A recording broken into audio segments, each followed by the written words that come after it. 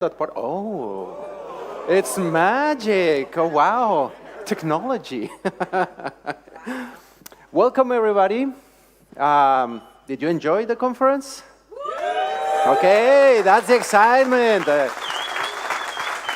Great, great. I'm really happy to see that you had this awesome experience, that you all enjoyed. You seem happy, kind of tired, but thrilled. That's the important part.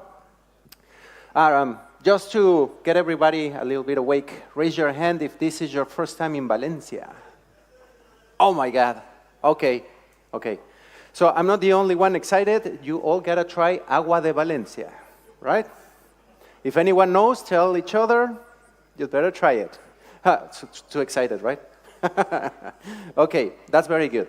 So welcome. We're gonna have this panel. I'm gonna be the moderator. I'm gonna try to separate the speakers when they are fighting with each other. And I heard that there are some heated topics. So for everyone, we're gonna try to not to be running around the stage too much. We're gonna be managing all the questions through Slido. I think that there was a link shared that people can access and start typing the question, liking, upvote the one that you think is the one that you want the most that these speakers should answer. And, speaking of the speakers, that sounds weird. Let's give them a moment to introduce each one of them. Do we have a mic here? Can I? So that, a quick introduction. Who do we have? You already met all of them. Say your name, who you are, and the next, so that quickly. I'm Christian, maintaining the WebDriver project. I'm Sri, coordinator of Selenium project.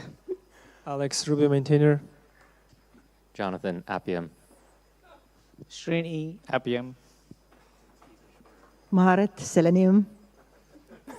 Jim Evans, Selenium.net. Sai, Appium. Vic, Docker, Selenium.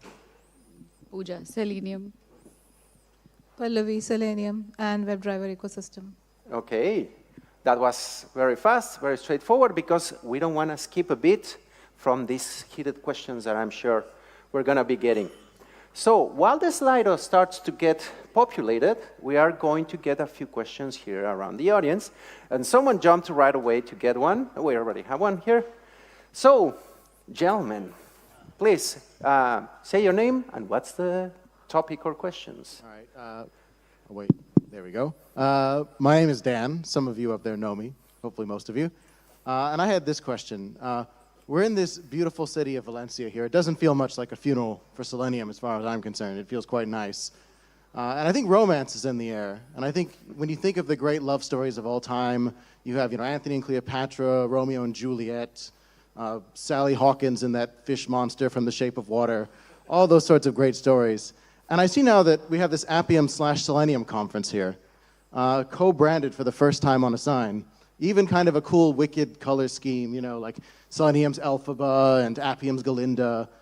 But we notice you guys are shacking up together now. And as a father of one of these projects, I kind of want to know, Selenium, what are your intentions here? And daughter, this guy's much older than you. Are you fooling around? Are you messing with them? Like, what's going on? I guess it's basically the first question up there. What do you think the future of Selenium and Appium is? Why don't you guys just put us all out of our misery and let's end this thing with a wedding? Okay, you're pointing fingers already but someone wants to take that. Don't be nervous, or he will choose. Jonathan and I think Jim had volunteered. He was chosen. Okay, let's see. I mean, we're just having some fun, right? Like, Selenium is, old and experienced and, has been around the block a time or two, knows how to deal with the playwrights and Cypresses of the world, and, it's a good time. I don't think I can make any further comment. Okay, are you satisfied by that? At least on the romance part. And I want to hear his side of the story. Okay. Well, as someone who has been around the block a time or two, I can say that it is definitely a thrill to be able to spend quality time with the younger and more exciting project that Appium often tends to be. No, we've always been good friends. The two projects, getting away from the metaphor a little bit, the two projects have always been good friends and have always worked hand in hand with one another, and I think that's been very clear over the years. Good. Are you happy? So no wedding. Well, But you see where it goes. Wedding, as in joining the being part of the same. I think that from that there. I don't think there would be any philosophical objections to that, but I think that because of where the trademarks and the legal ramifications of the two projects live in different foundations and things, it might be challenging to pull off without involving some folks who know law, and that's never a fun time for anybody. Yeah, that's a spiky point. Anyone wants to add? No? You look like a... Okay. No, really, no. Okay, so I am seeing some activity starting to pop up here in the chat. Just one more. Who else wants to give some pointy topics to the audience? Shall we go to the votes? Okay. So, first question, and I am reading them as they are voted. Vote for the questions that you're interested about. If anyone seeing us on the stream, upvote your question, post your questions, and make sure that we can give some interesting time to these people. The first one that I have right on top, I think it's the same. Here's the question. If you could change one thing about Selenium or the Selenium project or Appium, why in parentheses, what would it be and why? Anyone wants to jump on that? No?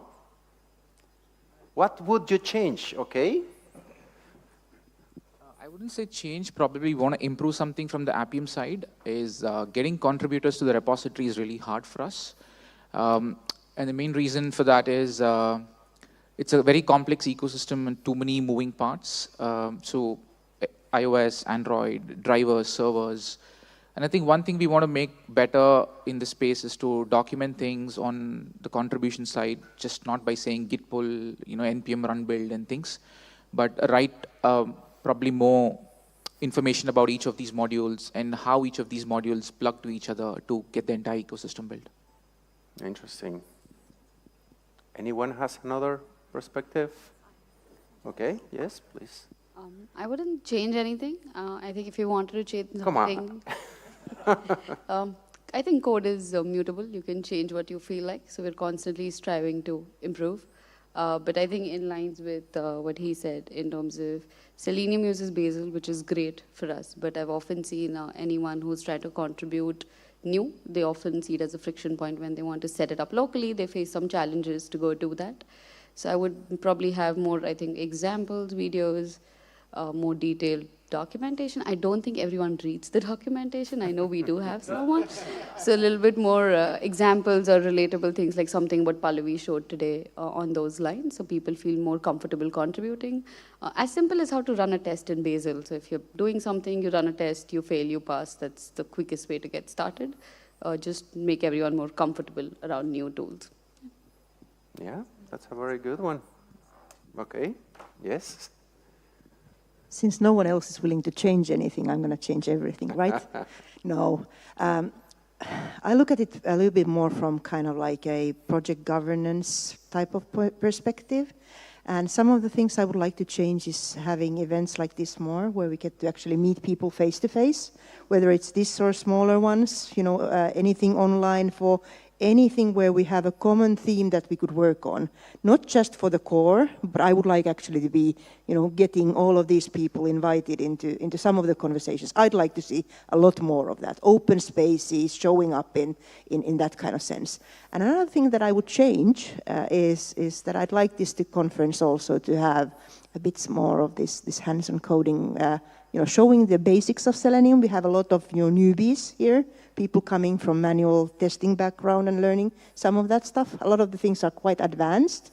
So I maybe would like to see a little bit more of focus on new people coming into the stuff that some of us have been living for quite many years. So what I'm hearing, boot camps, some easier time, yeah, now contributing, and? I think this is something we might do in the future, hopefully, but I think we probably should have merged our client libraries years ago, or figured out an architecture that lets us express, minor extensions or differences, rather than having completely separate libraries. I think it's confusing for users and creates more work and more ability for skew between the projects. So, okay, yeah, you're next, right? Yep. One thing I would like to improve on Appium's repositories is anyone would like to contribute, opens Appium's GitHub organization, and we have hundreds of repositories. Probably time for us to clean up, which we don't use probably, and make others' life easier by adding more docs on how they could contribute, where to start with. Yep. Good. I hear a lot of instructions how to contribute docs. Why not build a doc? Bring it up. Yeah, some other ways on how to proceed. As you were saying, who reads the docs? I mean, coming from the video guy, videos explaining drag and drops, those are good tips. You wanted to give another one? And last, so that we move to the next question. One thing, I just thought about it. I said there's nothing to change, but I think we have to change something. Is in Java client, we have a lot of interfaces. So we definitely want to get rid of that. It's really a pain. So I definitely want to change that. And I said the same in 2019 or 18 Appium Conf. I still haven't changed anything after that. So I'm going to say the same. So I think it's one space where someone can come and contribute as well. Yeah. I think you should have a talk making a point about that. Okay, so enough situations. I hope that the people that voted that question are satisfied. We have another interesting one. I have a feeling that there's a little bit of concern and worriness about AI taking over. What do you think are the tasks that are the most demanding for QAs and that won't be affected by AI? Of course, won't be taken over. Do you have one? Thinking.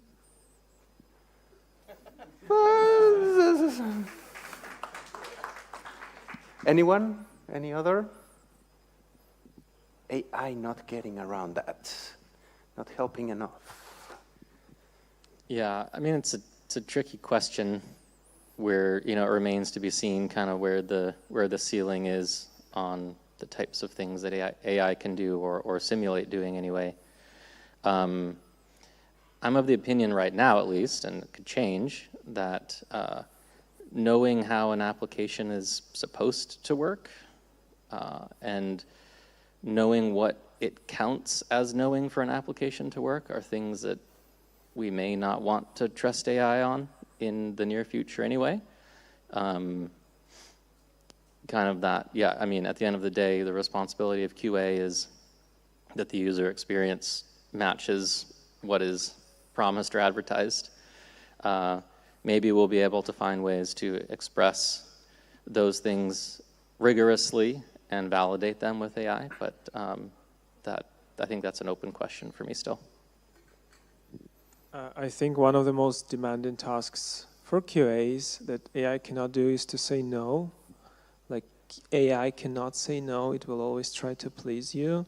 And as QAs, you have to be diligent and you have to say no when something is just not acceptable. Yeah, totally. Anyone else? No? Shall we move to the next one? No, we're done. No. Yeah, goodbye then, okay.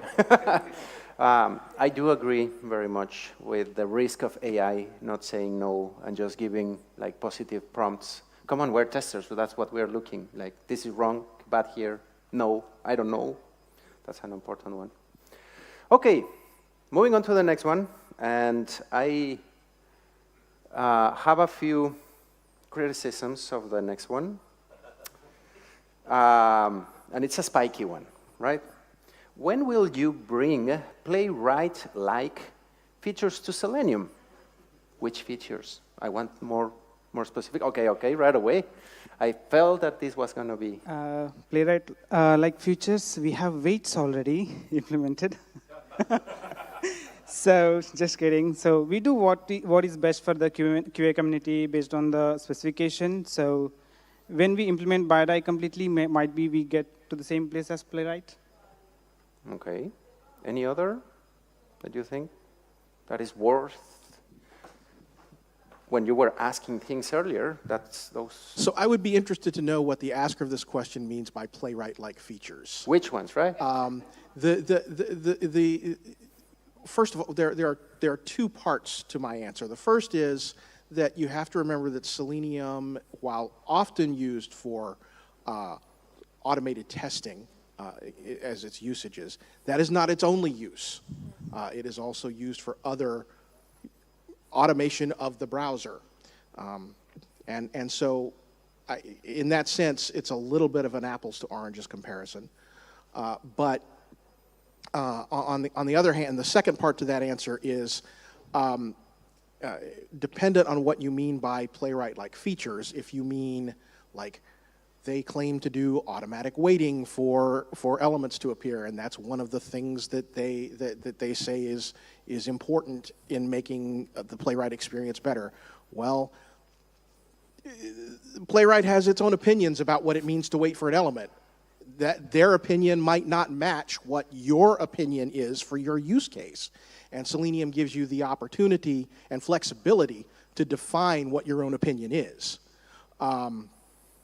So, if you're talking about things like automatic video recording of tests or test reporting or some of those types of features, again, I would refer you to the first part of the answer, which is, Selenium's first best use case is to automate the browser.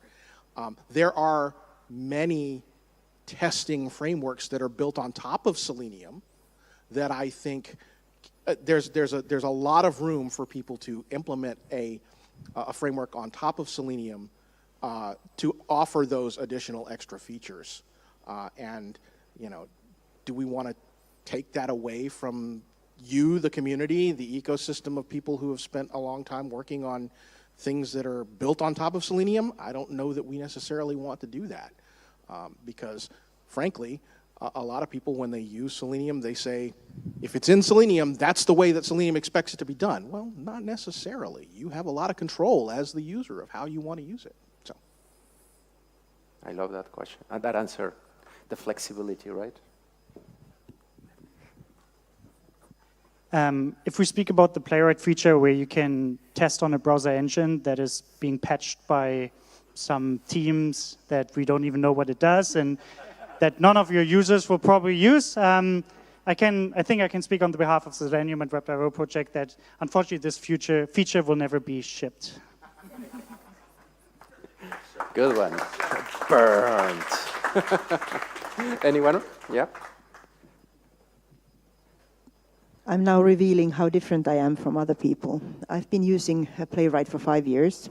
Most of my tests are actually written in Playwright rather than Selenium, and yet I volunteer with this community. So in that sense, would I bring some of the things that I like there into this community? Yes, definitely.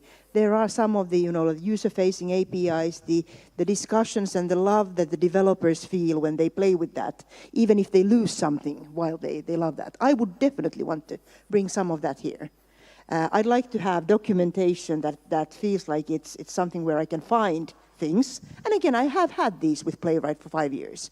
I have also had those with help of lots of people in this community as well.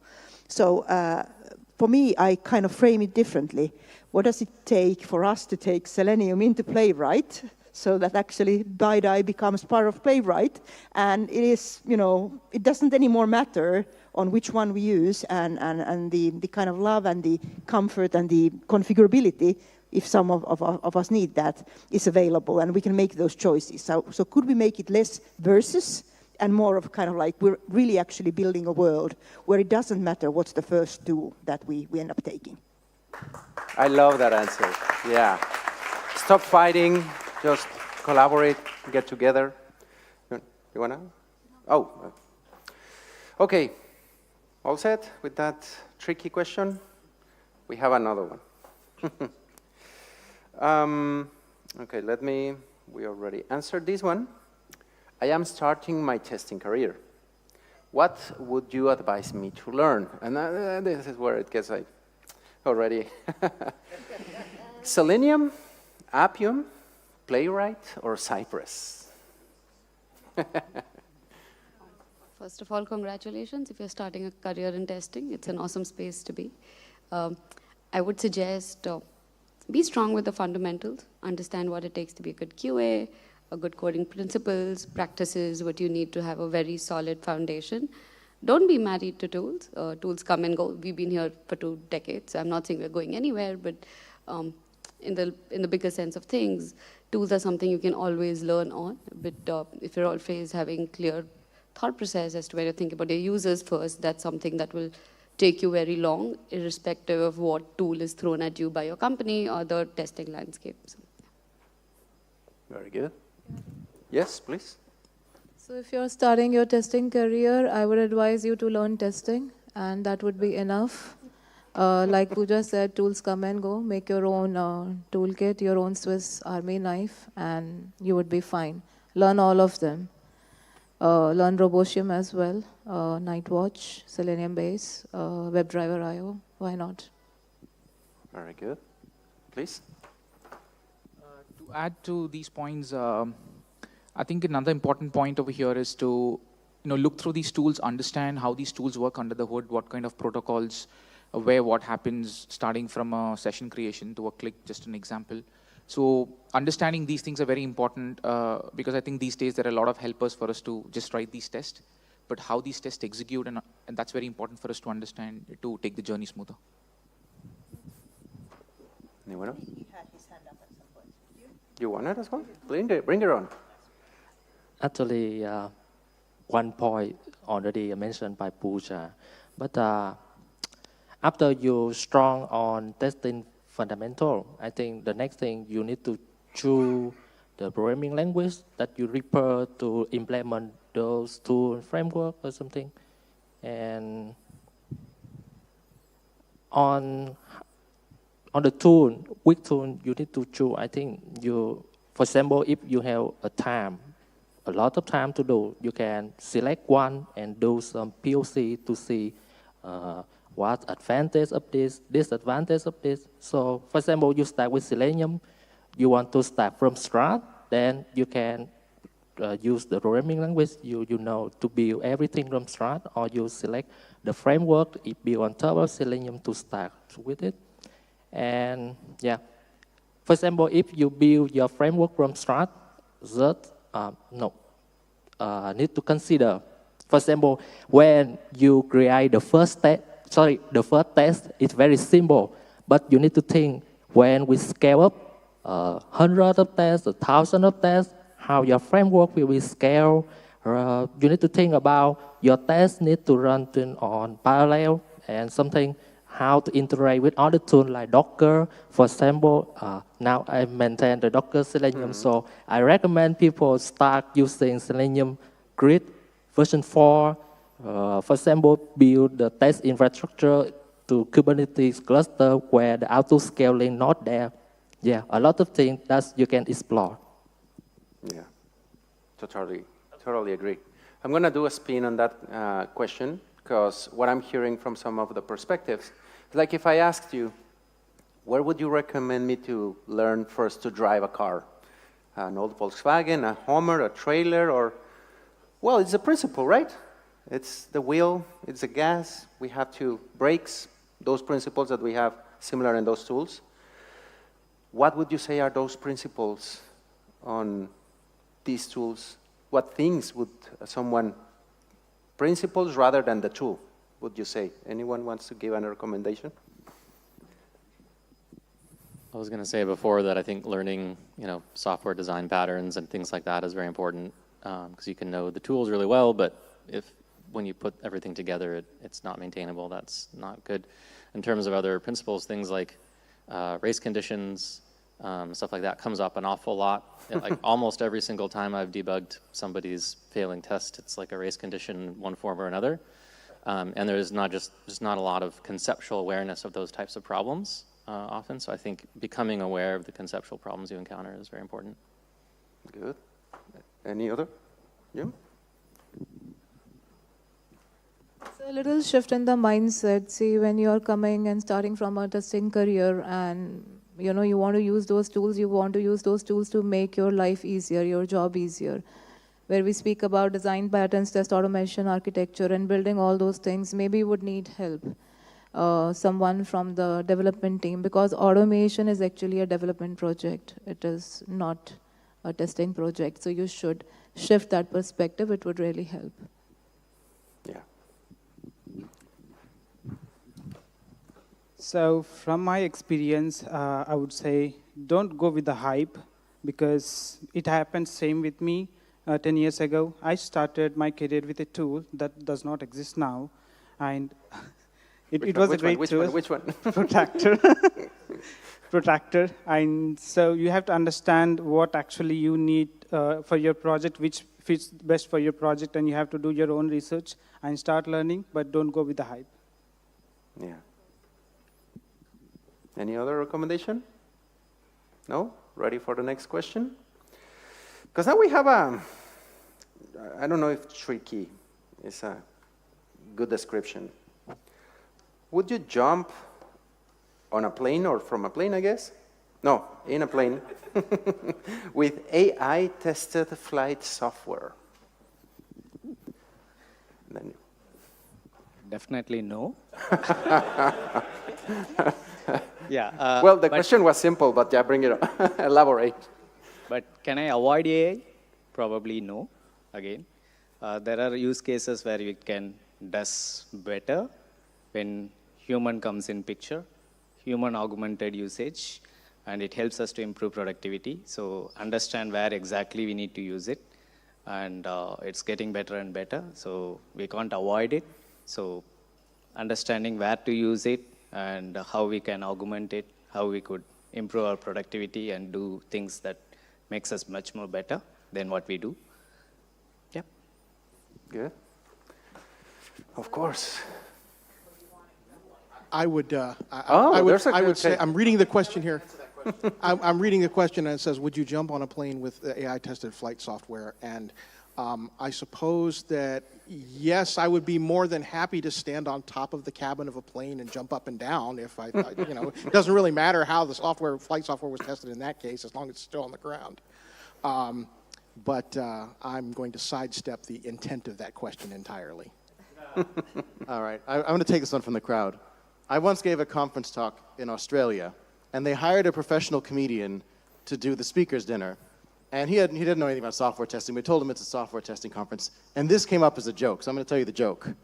And the joke goes, there's a bunch of engineers working at an airline company, and they find all these problems with it. They're testers, and they're worried, but they still ship it anyway. And then it comes, they're offering, if you want to be one of the employees to take off, just sign up here. And one of the guy notices the most senior tester in the room signs up to be on the plane, and everyone's like, are you crazy? You've reported all these problems with it, and you still want to fly on it. And he said, that thing's never taken off. Not my joke, but. Yeah. Yep.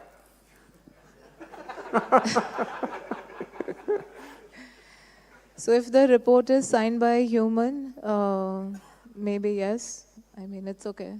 We can jump off an AI-tested flight software if the human signing that the testing is done right is someone like, exploratory tester like Marit or someone more senior. It would be okay. Okay, you're putting a lot of responsibility on them, but. I think what's interesting is there's a problem with flying and software that greatly predates AI and AI testing, which is that most flying is already automated, and that's fine as long as everything's working. But the problem is that people have observed that pilots are much worse at flying now than they used to be because they never have to actually fly. So my answer to the question is, I'd be much more comfortable with AI-tested flight software if I knew that if something happened mid-flight, that the pilot who was flying the plane could actually fly the plane, and that's a problem that's independent of the way that the flight software is tested. Yeah, we all know what happened with Boeing, right? With some of these situations. Anyone else? No? Go on. Next question. Yeah, I wouldn't get on that plane either. And this is a weird one. AI, is it just applied statistics? And that's it. No. Anyone want to give a try? I mean, I think short answer is yes, right? But yeah, I think this is a little bit out of the. Whatever you want it to be. Yeah. Okay, but everybody voted for that. It's at the top of the list. Keep sending more questions. Keep voting for the next ones. Let's get to another more relevant Selenium-like. What do you think of the future of Selenium and Appium? What the future is for them? What's coming? Anyone wants to bring up the crystal ball wish list? Oh my God. Nothing is coming? Nothing new? I'll probably take it from the Appium side. The future's good, for sure. So Appium 3 is going to be soon out, like Jonathan was mentioning. There's something really good that the team's really working is I think the community is wanting to automate iOS devices through Wi-Fi that's remotely without the USB. So the team's working towards that. So there's a new protocol from Apple, which is Remote XPC. So that's the next big thing. So don't be surprised that soon, sometime down the lane, you might not see USB ports in your real devices because some of the protocols are just going away in every iOS updates. So I think that's going to be the big thing that the team's working next. So yeah. Okay, that's really preparing for the future. Yeah. I mean, we've talked a fair amount about, the future of Selenium and Appium here at this very conference. I know that we are very much looking forward to the WebDriver BiDi specification continuing to evolve and incorporating the features from that specification into the Selenium project. I know that we're always thinking about what are the things that people are asking for, or do they think they want. If there's something specific that you think might be useful to be added, please reach out to us. We'd love to talk about it. But I'm fairly bullish on the future of Selenium. I think it's been around for 20 years now, and I've been working on it for 15. I think that the community that has grown up around the Selenium and Appium projects and that community continues to thrive. And this gathering here is evidence of that. And I think that will continue. It is my sincere hope that will continue to be the case. And I will continue to strive to make that the case. And I hope that you will come with me on that journey to continue to make this community a welcoming place and a useful community for all of us. That's very good. Yeah. Bravo. Any other? Yes. I think the future for both projects is to become more of a kind of fundamental tools in the ecosystem. They are, in some sense, fundamental tools in the testing ecosystem, but you all see these different projects building around AI where we talk about web agents and different solutions that can browse the web and browse the mobile apps. And for this kind of projects, tools that are going to be created and maybe they will be used by you in the next few years, they will still rely on Selenium and Appium as like tools that are actually doing the job.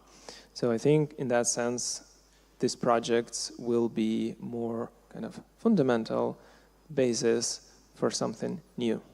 I think a lot of projects with long career has become like that. Like, I don't know, everyone's using GitHub, and many people now don't even use Git directly, they use just GitHub, but GitHub cannot be done without Git. Likewise, I think there will be a lot of projects that will be just using Selenium underneath, and it will be the base. Good one. I feel like I'm looking at this from kind of like some kind of bird eye perspective. Like I'm kind of proud of the idea that there's a multi-million, probably multi-billion industry that is built on top of Selenium. It's built on top of something that is volunteer-based, and that the future continues to be built on something that is volunteer-based. And yet there is a relevant business running on top of that. I got the sense when I was moving around in the sponsor area that, you know, Selenium is part of many of those tools there. Like, we have a common history, that's a reason why they're here. But also a lot of the stuff that you talk about kind of future here, the AI stuff, like a lot of those words were around also in those commercial tools. So what we can do here in kind of like Selenium, Appium, kind of like tools, you know, lower level perspective, there's plenty of others also commercially interested who will build on top of those. So I guess the future is common in that sense, and we'll build you know, something together with various kinds of people. Yeah, there's a lot of interest on many elements. Anyone? I'm going to extend it with a question, because it seems like BiDi is kind of like the biggest impact lately with what is coming. What do you think that BiDi will enable that you're most excited for? Now I have BiDi, now I can fill the gap. Anyone? I think BiDi can do a lot of cool things. So you can use a single browser to run your tests in parallel, and I think there's a lot of potential there to save everyone's time, resources, carbon footprint. You could do cool things like network interception, but across all different browsers. I think that is one of a popular use case that everyone faces in their day-to-day thing. You always want to be mocking network calls or your calls to your database when you're testing. So there are a lot of common testing use cases that have been handled in BiDi, or that people commonly use. Probably they use different tools for it, or there is no solution for it, but BiDi has a lot of answers to this. And I'm hoping the community is creative enough to build something smart on top of all the BiDi things, or ask us to build something smart out of it. So yeah, any suggestions are welcome. Anyone else? I think I have a lot of favorite features in BiDi. One being the network introspection, that is super powerful. Second one, being able to inject a script before everything else loads, which allows WebDriver.io to do some funky stuff with shadow roots and allow the project to pierce into web components automatically. But one of the most important changes, I think, compared to the WebDriver Classic protocol is the notion of having a context to every browser window that you're dealing with. So now you don't have to be confused about where you're actually currently automating on. You have like a context idea that tells you, and hopefully it's nicely wrapped in your framework that gives you the ability to click on the element in the page that you're actually thinking about. So I think that's a really cool tool or feature that I like. Yeah. Funky features, funky activities, I like that definition. Anyone else is excited about something? Shall we move to the next one? Let's move on to the next question, which, that's interesting. How has your open source journey been from where it started to where you are now? Yeah, everybody give me a little bit of your perspective. You're closer, so we'll start. I started working on WebDriver when I was in university and had to test an application, and that became super useful, so I continued to contribute, and it's an advice I would give to every software engineer that is either young in the career or advanced. is contributing to open source just gives you so many opportunities and will help you to learn so many things. It's always valuable. This is getting a bit interesting. So it was around in 2018, the Selenium conference in India. It was the same committers panel, and I have seen Simon, David, Titus, Manoj, and everyone in the committers panel. And after the committers panel, I went straight back to home and decided that I have to contribute to the QA community and contribute to the Selenium. And I did that, and it took 6 months to land my first PR, and Simon was very helpful, and this is how I started my journey in Selenium. I started my open source work when I was in university. I was working for a small internet shop, and we had an office in the basement in a small city. Well, not so small, but in a city in Russia. And where am I now? I'm on the committers panel in Valencia. So you kind of see the journey here. I think I got involved in open source because I was fortunate to work at Sauce Labs in the very early days, and it was a small company, and we had a lot of people just going around doing open source things.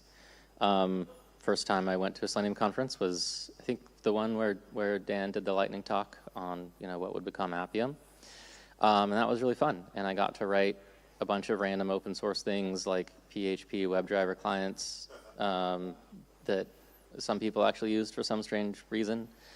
And then eventually Appium. So it's been one of the greatest, accidents of my career. Feel very lucky. Happy accident.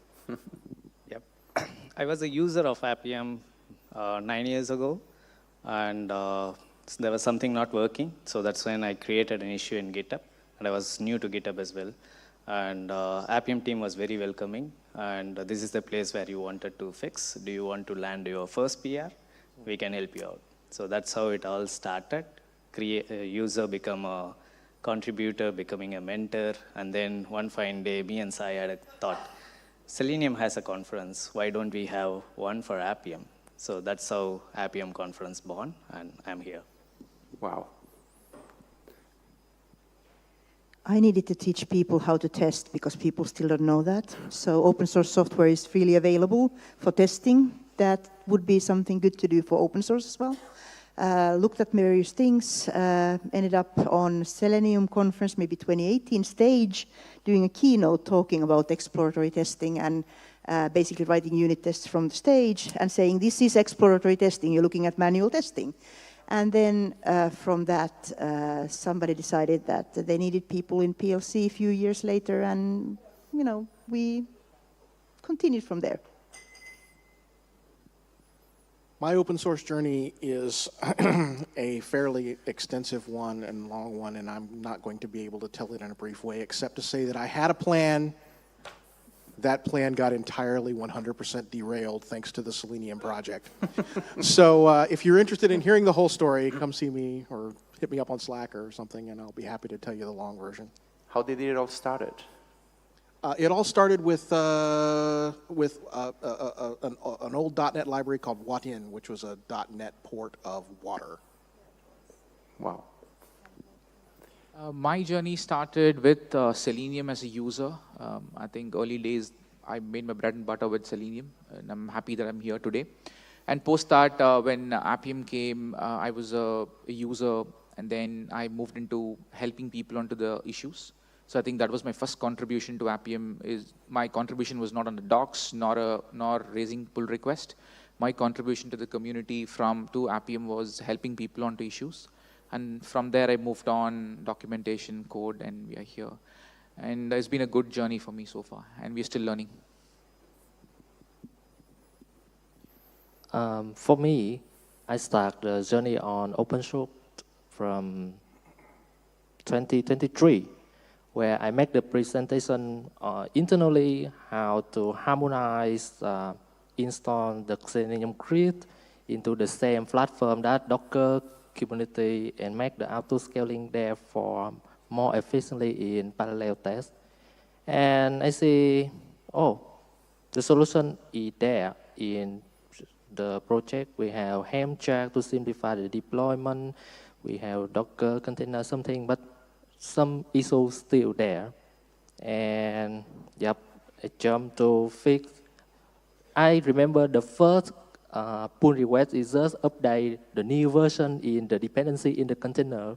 And then I jumped to take a look on how the auto-scaling not working in Kida, and then I jump to the core implementation in Grid to fix some minor issues, some intermittent issue there. And yeah, and happy to hear.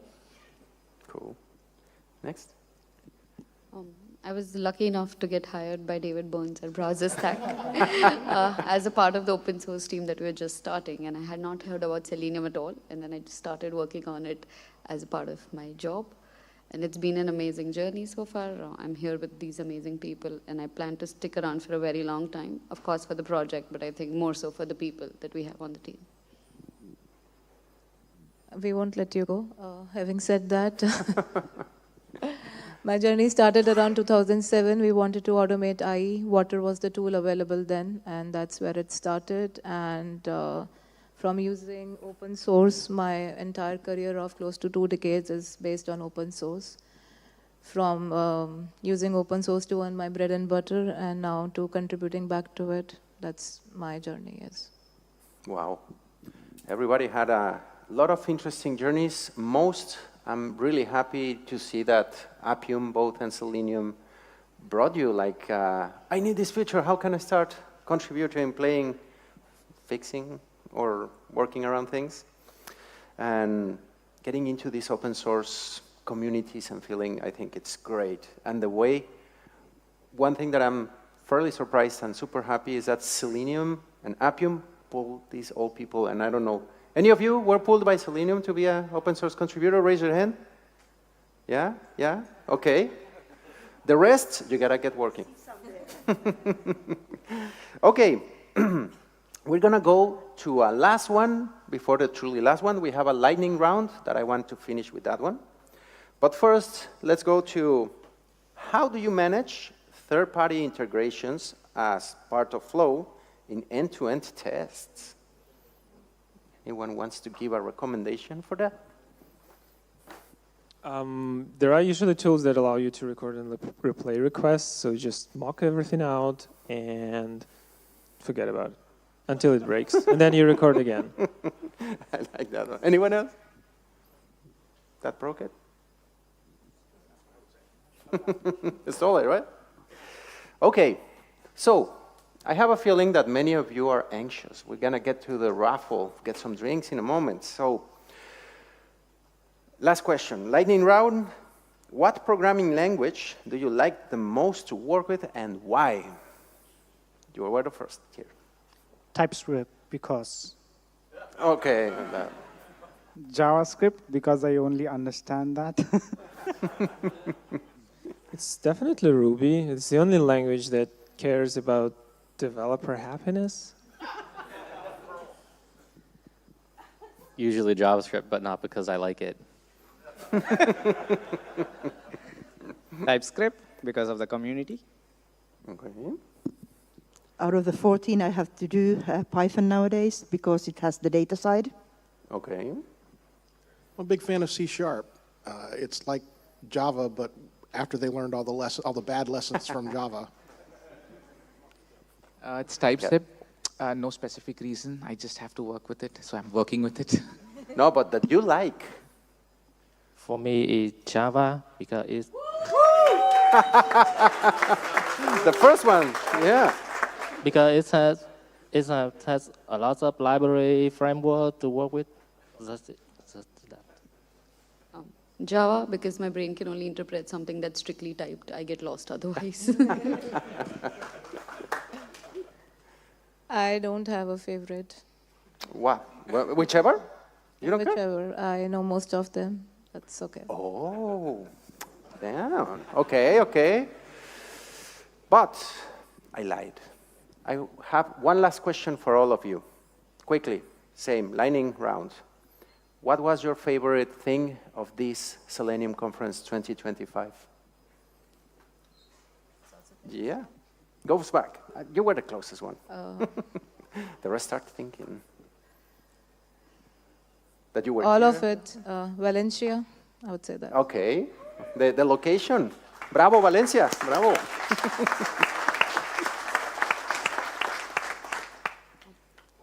Diversity and the thought diversity that we have as a group here. That's a very good one as well. Yeah. Yeah, for me is organization, people, country. Yeah. Okay. Yeah, very good one. Organization, organizers. For me, it's the people and the place. Just loved it. Okay, beautiful people, all of you. Each and every person I've had the distinct pleasure to talk with this week. Great. Being in person with people. Shuba from Source Labs. Yeah. It's the people. Say again? People. The people, yeah. Sorry, mine requires a little context, which is that for years people have been asking me why Appium support for Windows is awful, and I haven't had a good answer, and someone just demoed an Appium Windows driver that looks pretty good, so that was very exciting for me. Finally an answer. I was in a line for paella yesterday, and by the time I got to it, it was over. So there was another line on the other side. So I went there, and I was standing there. By the time my turn came, it was over. Then it was, and then they brought another paella. That was my favorite moment. Paella, great. After all these years, I met everyone in person. This is the best conference in my life. Oh, Same here. The people are amazing. It's great to see the people that usually only are in contact with online. So thank you all. Finally being in person, getting together face to face with the community, hug each other, right? Have these conversations. Finally, these realizations like, oh, you're fixing it. I love that one. Well, this was almost the Selenium Conference 2025 in Valencia, which seems like many here agree was a great location.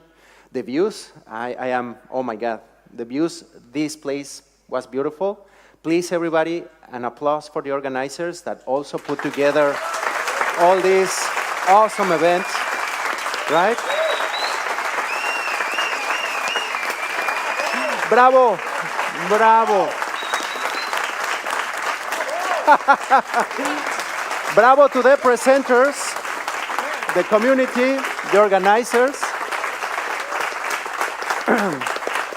Everybody putting a little bit of their heart, of their knowledge, and bringing it together. This was a great event, and thank you to the paella, sounds like, right? So, it's time for the raffle. So, chan, chan, chan. It's time for the raffle, that's right. Get ready. So what's next? Well, we can thank the panel for... Thank you very much, everybody. Big applause, please. Our brave panelists. Make sure we have Diego especially. Make sure what? Diego. Yeah. And are you coming upstairs? It's gonna happen up here. Because I tricked him. Thank you to Diego, big applause. He put it all this together. He's our guy. Bravo, Diego. And Jesus, who is somewhere around, also the co-organizer. Well, thank you everyone for being here. The best part is almost here, which is the raffle. But before that, I wanted to do one last thing, and is that when we were acknowledging all the sponsors and all that, I forgot one that I am deeply sorry about that. So we had a scholarship sponsor, and that was Angie Jones. So thank you very much.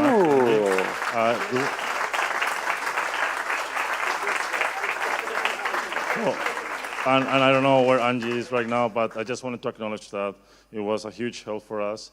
So truly thank you. So we're going to start with the raffle right now. Obviously, you need to be here. I need a volunteer to pick something from this box. Laura? Yay, right away. So please don't look, but just try to find something there. So the first present from this raffle, is there someone from Cloudbeat here? Is there someone from Cloudbeat here? We need a representative. CloudBeat, no one from CloudBeat? I see someone from CloudBeat, but you don't want to It's come okay. here. Okay. Thank you. How do? Uh-oh. Mutabamedi? Yay, big applause, big applause. Come here. Well, can you give them The present, representative is here. please? So congratulations, that's the first present. Thank you. Bravo, bravo. Thank you. Great stage. Okay. Dale. Laura, next one, please. It's nice to have a second Colombian on stage.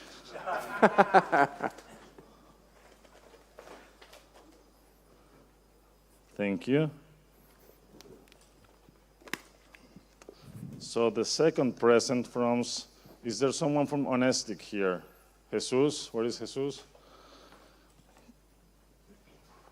So, Liram Yushinsky? Yay! Where A is big applause. Jesus?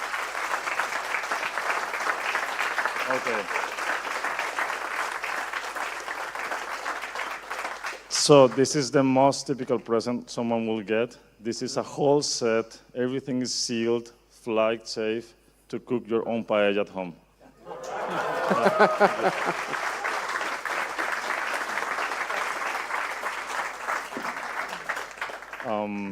Next one, please.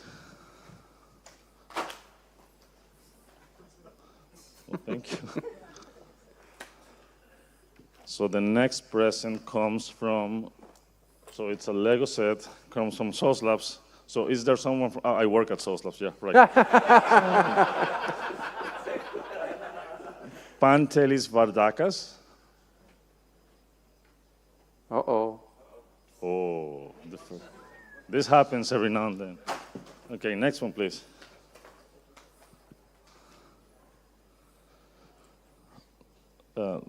Zainab?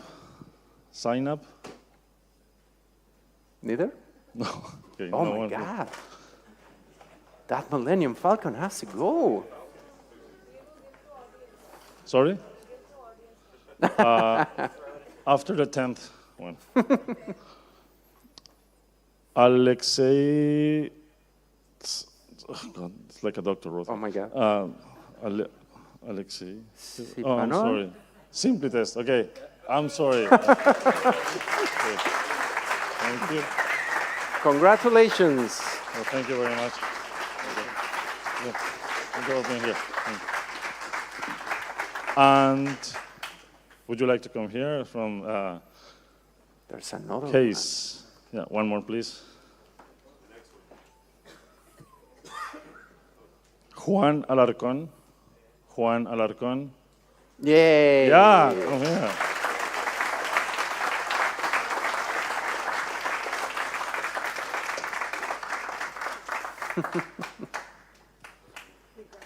Well, okay. Congratulations. Thank you. Wonderful. All right, and, oh, sorry.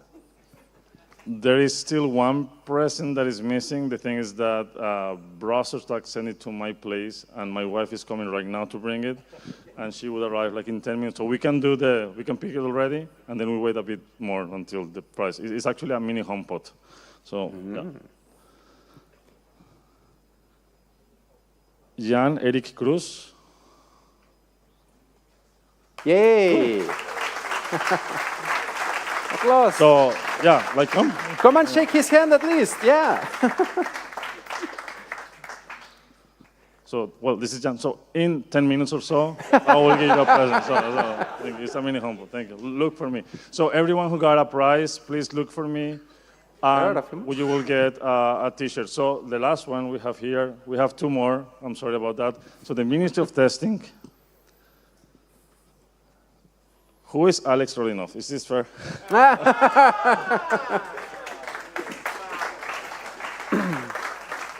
So you get 2 mugs from there, and you will get, so, like a nice picture from our great partner, Ministry of Testing.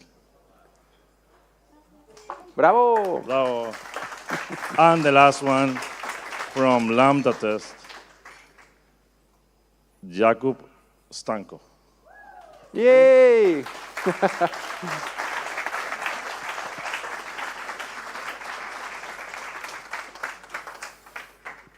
That was a long way. I'm sorry. Well, thank you. Thank you. Bravo! Thank you.